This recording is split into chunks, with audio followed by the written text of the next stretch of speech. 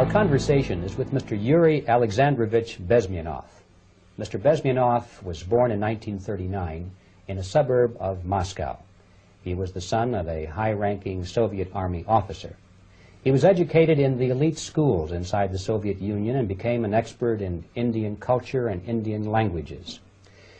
He had an outstanding career with Novosti, which was the, and still is, I should say, the press arm or the press agency of the Soviet Union. It turns out that this is also a front for the KGB. He escaped to the West in 1970 after becoming totally disgusted with the Soviet system, and he did this at great risk to his life. He certainly is one of the world's outstanding experts on the subject of Soviet propaganda and disinformation and active measures. When the Soviets use the phrase ideological subversion, what do they mean by it? Ideological subversion is the process which is legitimate, overt, and open. You can see it with your own eyes. All you have to do, all American mass media has to do, is to unplug their bananas from their ears, open up their eyes, and they can see it. There is no mystery. There is nothing to do with espionage. I know that espionage intelligence gathering looks more romantic. It sells more deodorants through the advertising, probably. That's why your Hollywood producers are so crazy about James Bond type of thrillers. But in reality, the main emphasis of the KGB is not in the area of intelligence at all. According to my opinion and opinion of many defectors of my caliber, only about 15% of time, money, and manpower is spent on espionage as such. The other 85% is a slow process which we call either ideological subversion or active measures, активные мероприятия in the language of the KGB, or psychological warfare.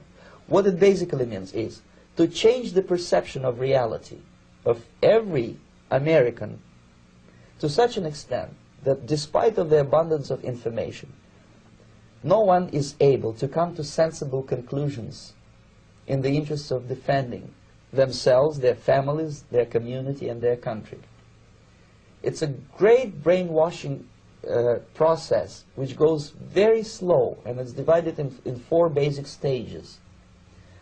The first one being demoralization. It takes from 15 to 20 years to demoralize a nation.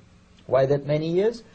Because this is the minimum number of years which requires to educate one generation of students in the country of your enemy, exposed to the ideology of the enemy. In other words, Marxism-Leninism ideology is being pumped into the soft heads of at least 3 generations of American students without being challenged or counterbalanced by the basic values of Americanism, American patriotism.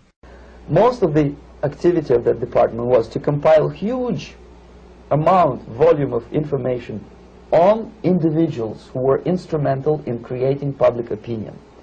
Publishers, editors, journalists, actors, educationalists, professors of political science, members of parliament, representatives of business circles. Most of these people were divided roughly into 2 groups. Those who would toe the Soviet foreign policy, they would be promoted to the positions of power through media and public opinion manipulation. Those who refused the Soviet influence in their own country would be character assassinated or executed physically come revolution. Same way as in the small town of Hue in South Vietnam, several thousands of Vietnamese were executed in one night when the city was captured by Viet Cong for only 2 days. And American CIA could never figure out how could possibly communists know each individual, where he lives, where to get him, and would be arrested in one night, basically in some 4 hours before dawn, put on a van, taken out of the city limits, and shot. The answer is very simple. Long before communists occupied the city, there was extensive network of informers, local Vietnamese citizens, who knew absolutely everything about people who are instrumental in public opinion, including barbers and taxi drivers. Everyone who was sympathetic to the United States was executed. Same thing was done under the guidance of the Soviet embassy in Hanoi, and same thing I was doing in New Delhi. To my horror, I discovered that in the files where people were doomed to execution, there were names of pro-Soviet journalists with whom I was personally friendly. Pro-Soviet? Yes. They were idealistically minded leftists who made several visits to USSR, and yet the KGB decided that come revolution or drastic changes in political structure of India, they will have to go. Why is that? Because they know too much. Simply because, you see, the useful idiots, the leftists who are idealistically believing in the beauty of Soviet socialist or communist or whatever system, when they get disillusioned, they become the worst enemies. That's why my KGB instructors specifically made a point, never bother with leftists. Forget about these political prostitutes. Aim higher. This was my instruction. Try to get into large circulation, established conservative media. Reach, filthy rich movie makers, intellectuals, so-called academic circles. Cynical, egocentric people who can look into your eyes with angelic expression and tell you a lie. These are the most recruitable people, people who lack moral principles, who are either too greedy or too suffer from self-importance. They feel that they matter a lot. These are the people who KGB wanted very much to recruit. But to eliminate the others, to execute the others, don't they serve some purpose? Wouldn't they be the ones we rely on? They serve purpose only at the stage of destabilization of a nation. For example, your leftists in United States, all these professors and all these beautiful civil rights defenders, they are instrumental in the process of the subversion only to destabilize the nation. When their job is completed, they are not needed anymore. They know too much. Some of them, when they get disillusioned, when they see that Marxist-Leninists come to power, obviously they get offended. They think that they will come to power. That will never happen, of course. They will be lined up against the wall and shot. But they may turn into the most bitter enemies of Marxist-Leninists when they come to power. And that's what happened in Nicaragua. You remember most of these former Marxist-Leninists were either put to prison or one of them split, and now he's working against Sandinistas. It happened in Grenada when Maurice Bishop was already a Marxist. He was executed by a new Marxist who was more Marxist than this Marxist. Same happened in Afghanistan when first there was Taraki, he was killed by Amin, then Amin was killed by Babrak Karmal with the help of KGB. Same happened in Bangladesh when Mujibur Rahman, very pro-Soviet leftist, was assassinated by his own Marxist-Leninist military comrades. It's the same pattern everywhere. The moment they serve their purpose, all the useful idiots are either be executed entirely, all the idealistically minded Marxists, or exiled or put in prisons, like in Cuba. Many former Marxists are in Cuba, in prison. So basically America is stuck with demoralization, and unless, even if you start right now, here, this minute, you start educating new generation of Americans, it will still take you 15 to 20 years to turn the tide of ideological perception of reality back to normalcy and patriotism.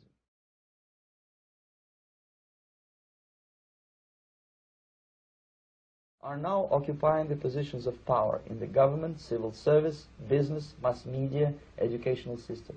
You are stuck with them.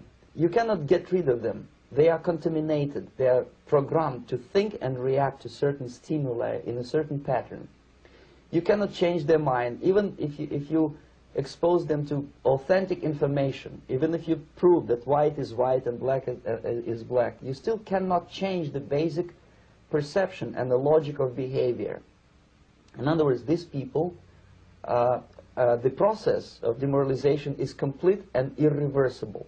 To get rid society of these people, you need another 20 or 15 years to educate a new generation of patriotically minded and common sense people who would be acting in favor and in the interests of the United States society.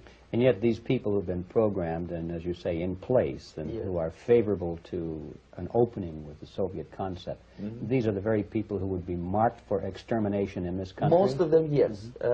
Simply because the psychological shock when they will see in future what the beautiful society of equality and social justice means in practice, obviously they will revolt. They will be very unhappy, frustrated people. And the Marxist-Leninist regime does not tolerate these people. Obviously they will join the links of dissenters, dissidents. Unlike in present United States, there will be no place for dissent in future Marxist-Leninist America. Here you can get popular like Daniel Ellsberg and filthy rich like Jane Fonda for being dissident, for criticizing your Pentagon. In future, these people will be simply squashed like cockroaches. Nobody is going to pay them nothing for their beautiful, noble ideas of equality. This they don't understand, and it will be greatest shock for them, of course. The demoralization process in the United States is basically completed already. For the last 25 years. Actually, it's overfulfilled, because demoralization now reaches such areas where previously not even Comrade Andropov and all his experts would even dream of such a tremendous success. Most of it is done by Americans to Americans, thanks to lack of moral standards. As I mentioned before, exposure to true information does not matter anymore. A person who was demoralized is unable to assess true information. The facts tell nothing to him. Even if I shower him with information, with authentic proof, with documents, with pictures, even if I take him by force to the Soviet Union and show him concentration camp, he will refuse to believe it until he is going to receive a kick in his fat bottom. When a military boot crashes his, then he will understand, but not before that. That's the tragic of the situation of demoralization. So the next stage is destabilization. This time, subverter does not care about your ideas and the patterns of your consumption. Whether you eat junk food and get fat and flabby, doesn't matter anymore. This time, and it takes only from 2 to 5 years to destabilize a nation, what matters is essentials: economy, foreign relations, defense systems. And you can see it quite clearly that in some areas, in such sensitive areas as defense and economy, the influence of Marxist-Leninist ideas in the United States is absolutely fantastic. I could never believe it 14 years ago when I landed in this part of the world that the process will go that fast. The next stage, of course, is crisis. It may take only up to 6 weeks to bring a country to the verge of crisis. You can see it in Central America now. And after crisis, with a violent change of power, structure, and economy, you have so-called the period of normalization. It may last indefinitely. Normalization is a cynical expression borrowed from Soviet propaganda. When the Soviet tanks moved into Czechoslovakia in '68, Comrade Brezhnev said, "Now the situation in brotherly Czechoslovakia is normalized." This is what will happen in the United States if you allow all these schmucks to bring the country to crisis, to promise people all kind of goodies and the paradise on earth, to destabilize your economy, to eliminate the principle of free market competition, and to put a big brother government in Washington, D.C., with benevolent dictators like Walter Mondale, who will promise lots of things, never mind whether the promises are fulfillable or not.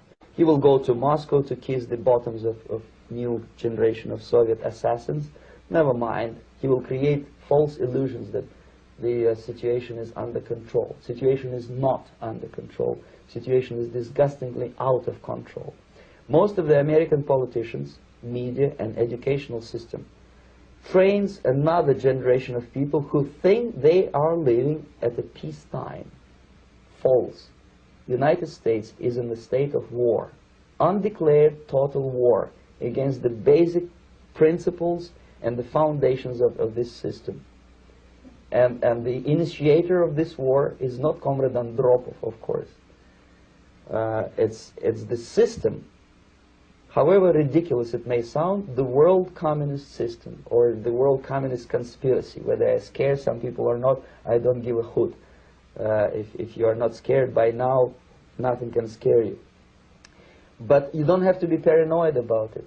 What actually happens now, that unlike myself, you have literally several years to live on unless the United States wake up.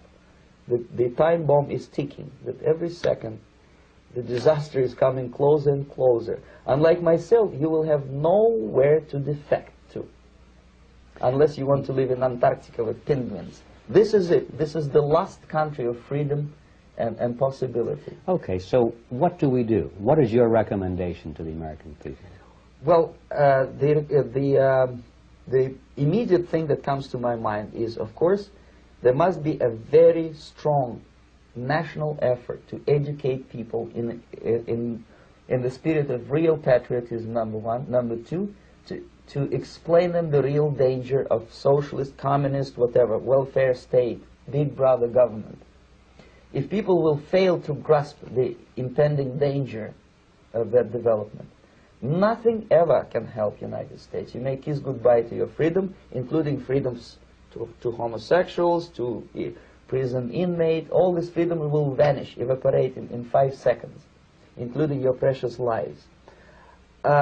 The second thing, the moment at least part of the United States population is convinced that the danger is real, they have to force their government. And I'm not talking about sending letters, signing petitions, and all this beautiful, noble activity. I'm talking about forcing United States government to stop aiding communism.